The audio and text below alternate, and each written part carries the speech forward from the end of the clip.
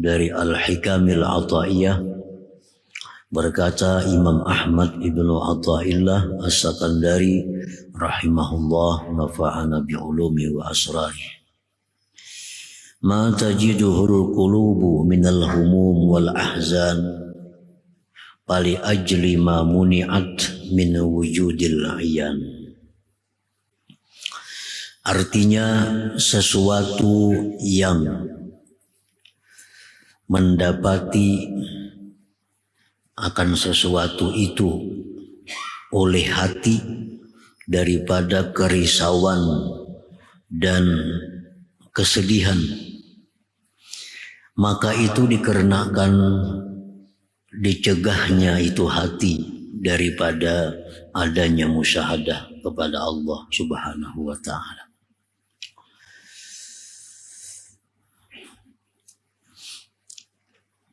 Innal humuma wal ahzan ad-dunyawiyah allati tajiduhal qulub sababuha adamu musyahadatillahi ta'ala.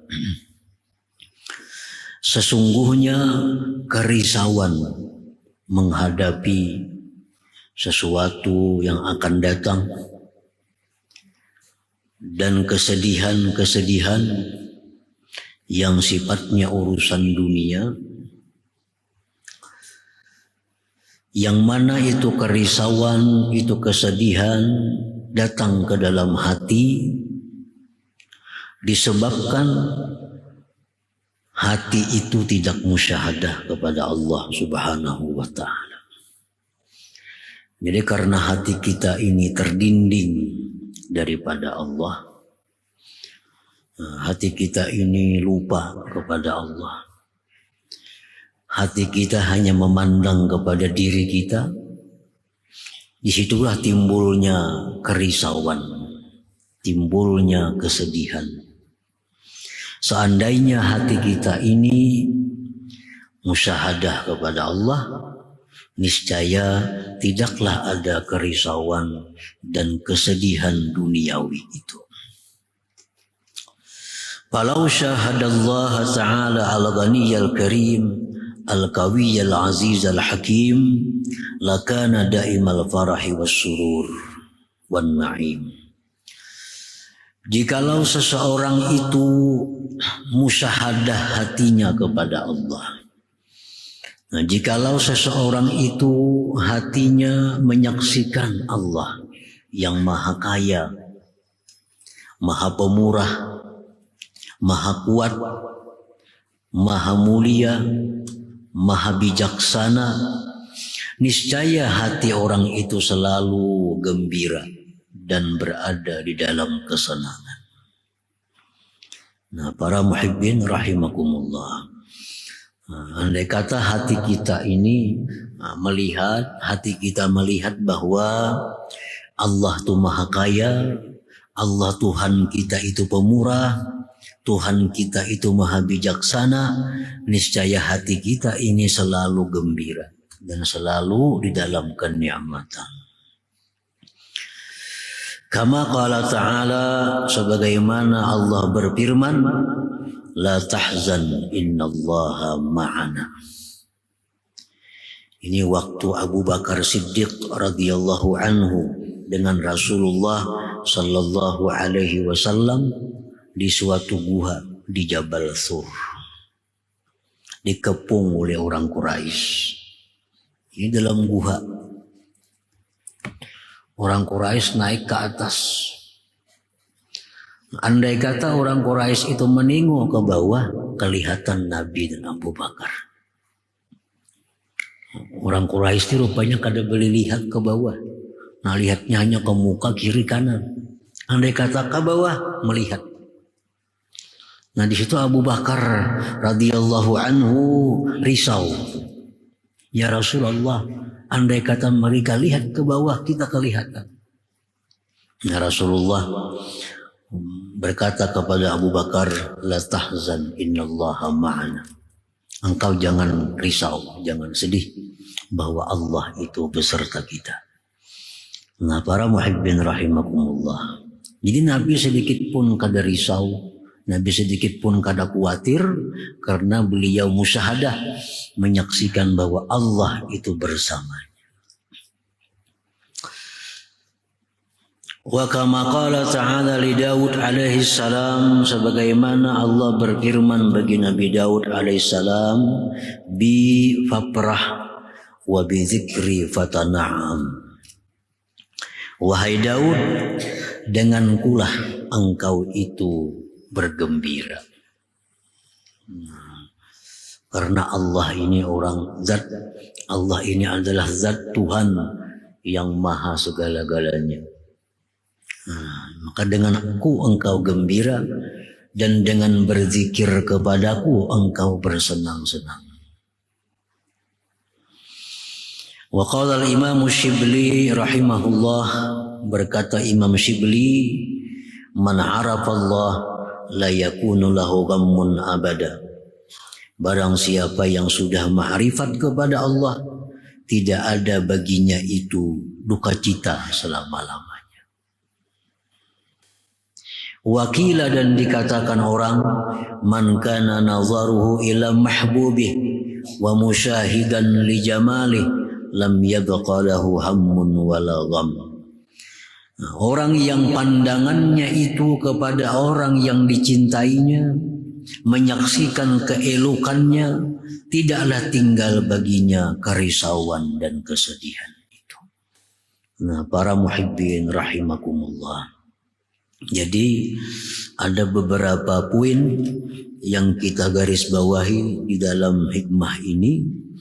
Yang pertama, bahwa kita risau, kita khawatir menghadapi masa depan, itu sebabnya adalah kita terdinding daripada Allah Subhanahu wa Ta'ala. Nah, sebabnya adalah kita belum menjadikan Allah itu sebagai zat yang dicintai. Nah, andai kata kita menjadikan Allah itu zat yang dicintai, nah kita bisa menyaksikan zat yang dicintai itu dengan hati kita, niscaya hilanglah kerisauan, hilanglah kesedihan yang ada di dalam hati kita itu.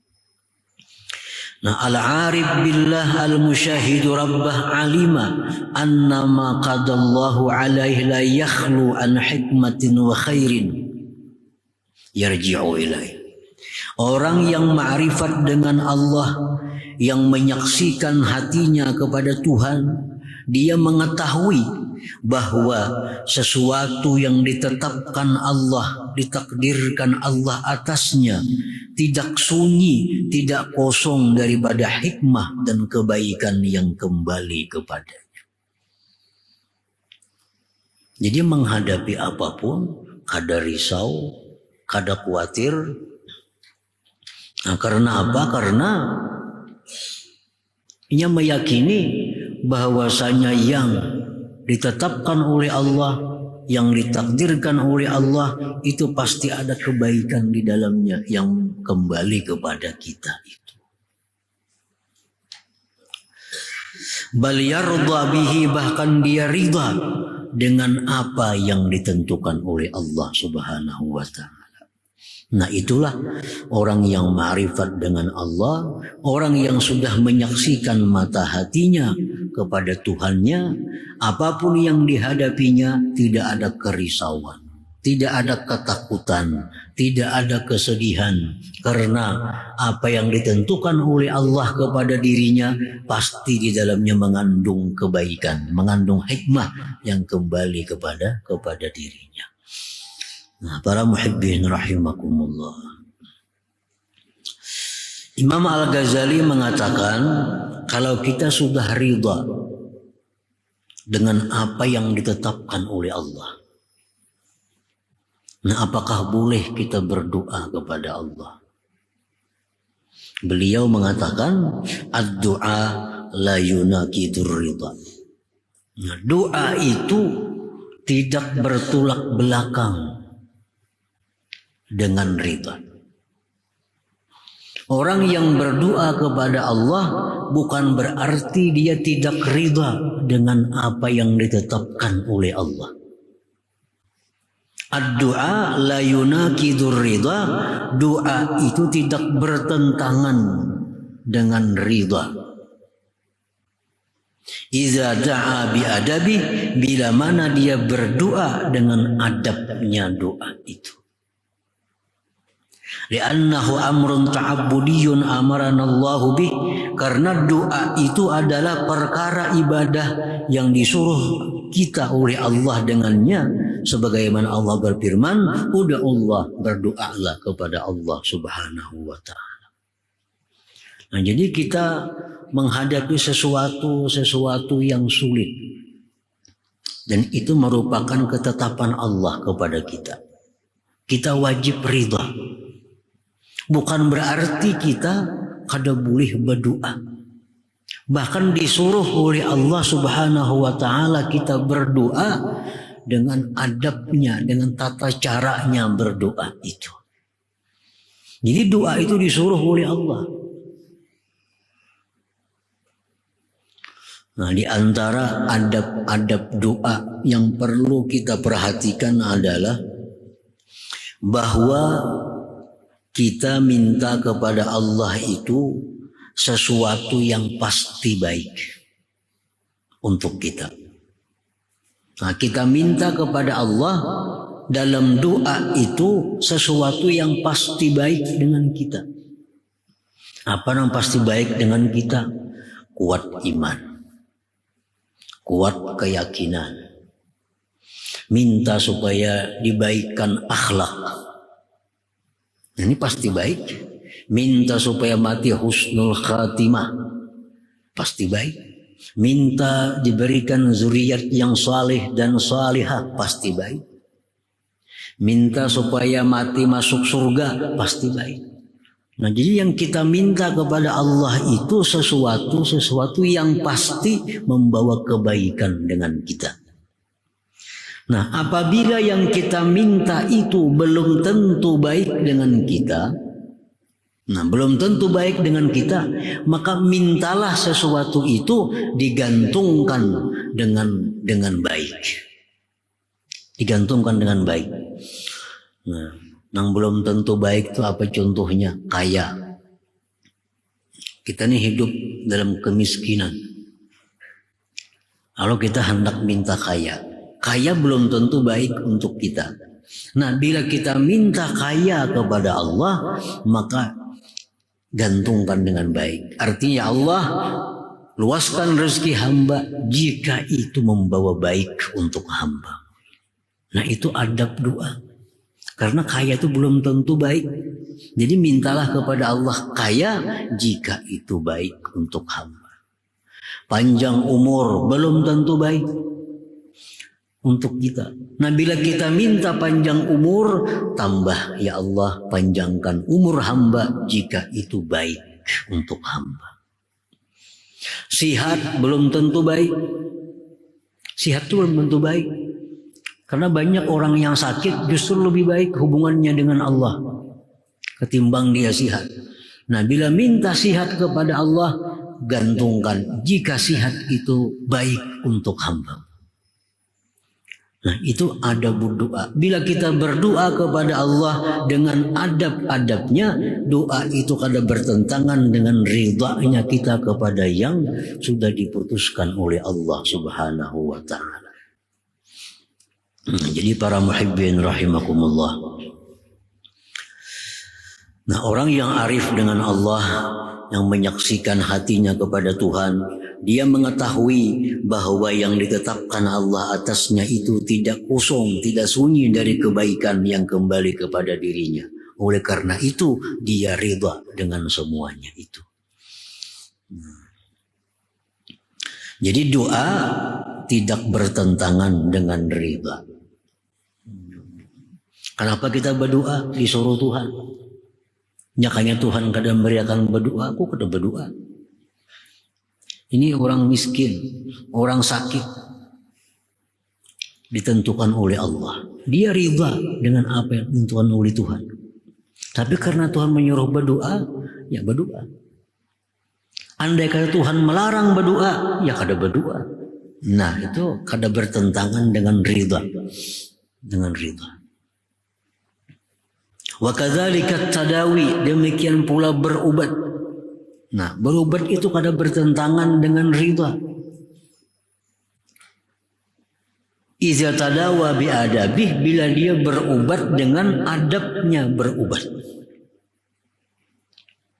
Kita berobat tidak bertentangan dengan ridha kepada yang ditakdirkan oleh Allah. Asal berobat itu dengan adab tata berobat. Apa adabnya orang berobat itu? Yang pertama, imtitsalu amrillah, menjunjung perintah Tuhan. Rasulullah SAW bersabda, tadawaw ibadallah, berobatlah kamu wahai hamba Allah.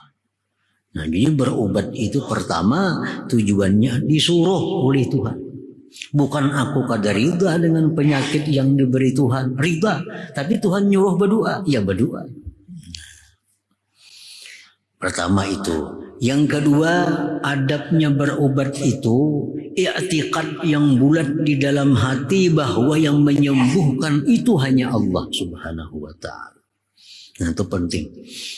Orang berobat itu i'tiqad dalam hati yang menyembuhkan itu hanya Allah Subhanahu wa taala.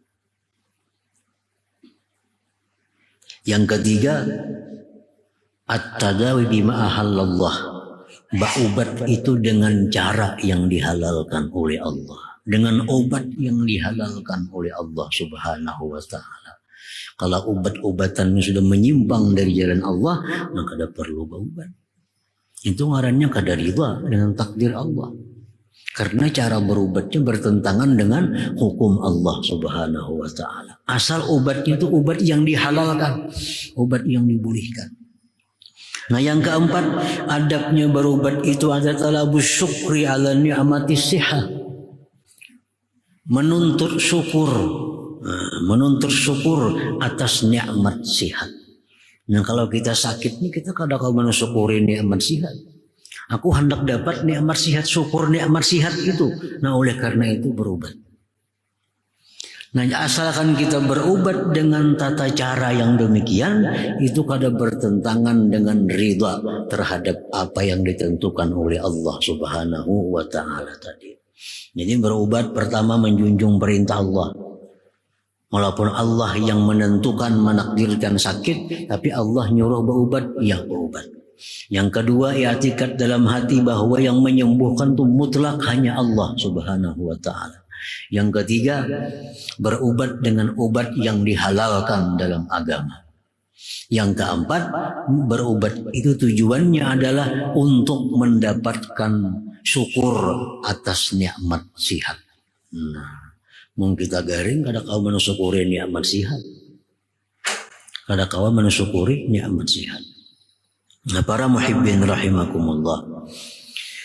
Wa kadzalikal buka, demikian pula menangis. Menangis itu bukan berarti kada ridha dengan yang ditetapkan oleh Allah Subhanahu wa taala. Dapat musibah, dapat bala, kalau kita menangis berarti kita kada ridha lawan itulah, bukan kada ridha. Antara tangis dengan ridha itu kada ada sangkut paut. Bila menangis kada ridha, bila ridha kada menangis, kada macam itu. Ridha itu urusan hati. Tangis itu urusan zahir. Lianna an-nabiy sallallahu alaihi wasallam yabki hina ukhtudira waladuhu Ibrahim wa huwa bi a'la maqamatin minar ridha. Karena Nabi sallallahu alaihi wasallam beliau menangis ketika putra beliau Ibrahim dalam sakaratul maut. Ibrahim anak Nabi sakit dalam sakaratul maut. Nabi kita titikan banyu mata, menangis. Padahal Nabi ini orang yang paling tinggi kedudukannya ridha kepada Allah Subhanahu wa taala. Nah, jadi tangisan itu kada bertentangan dengan ridha terhadap apa yang ditentukan oleh Allah Subhanahu wa taala.